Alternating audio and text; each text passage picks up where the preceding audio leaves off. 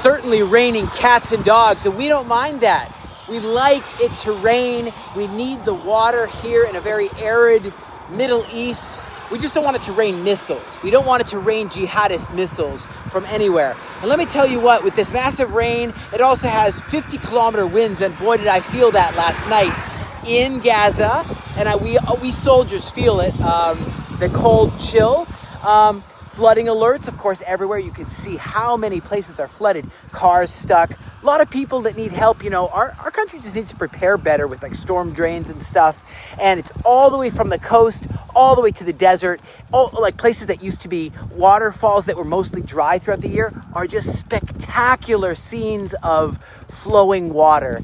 And it's great. It's great to feel the blessing of God. And as the Abraham Accords will advance, the enemy will be pushed back, and the rains will let new things grow in this Middle East. The floods in Gaza are destroying, actually, just like I said yesterday, they're destroying some of these buildings where IDF hasn't got to yet, hasn't been able to remove some infrastructure that was misused. And you look to some of the nations around, like I just talked to a Turkish Israeli, and we were talking, and I said, yeah, you were born in Turkey, you live here now, and what do you think of Erdogan, the prime minister there? What do you think of his words? And the response was kind of grim. They said, doesn't seem to understand God's heart for this land, because Erdogan says, just as we celebrated the victory parades in Syria. What victory parades? They jihaded, they killed 3,000, of our friends, of the Druze people there in Syria. And Erdogan says, so God willing, we will also celebrate the victory parades in Palestine. The long-awaited moment is drawing near. What is this man talking about? It's like sometimes you wonder why leaders choose to go right against God's will. If anyone still wondered where this is heading between Turkey and Israel, well, you have your answer there. It's really not going so well.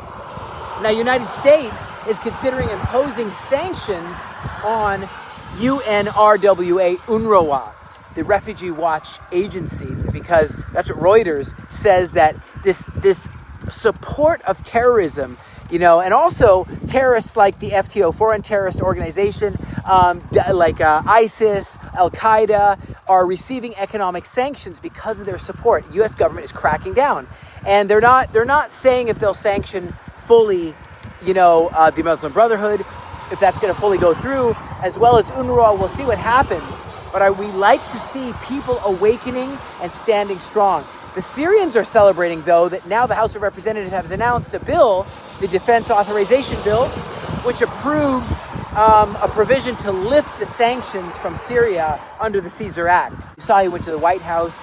You see that even though all these crimes against humanity that were committed during the Civil War and everything that's happened since under the jihadist rule, like I just said, massacring the Druze, our friends the Druze, yet this bill is going forward. It's supposed to be approved in the next few days. I guess they're really hoping that somehow they'll start being humane. They'll start changing their ways.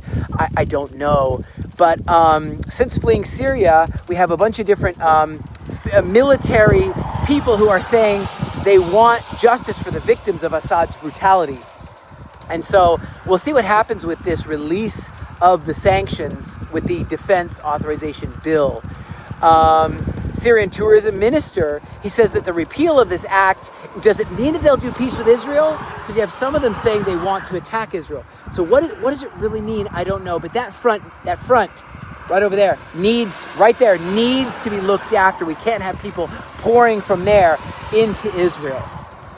Psalms 115 verse 11 says, you that fear the Lord, you that reverence the Lord, trust in him, because he is your help and your shield. Psalms 119 verse 114 says, you are my hiding place and my shield, and I hope in your word. Guys, as the rain comes down, let's believe for new things to grow in the Middle East and here in the Promised Land. Yes.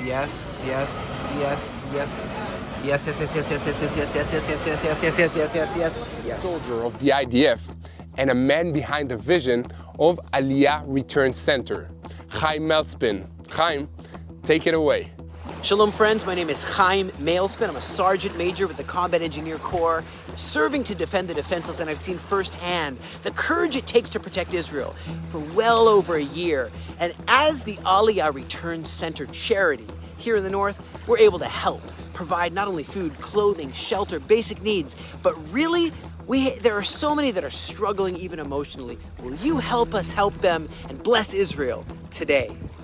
Thank you, Chaim. And guys, if you can contribute to Chaim's nonprofit organization to help Jewish new immigrants establish roots in the land of Israel, please go to www.aliyahreturncenter.com and make your contribution. God bless you, and God bless Israel.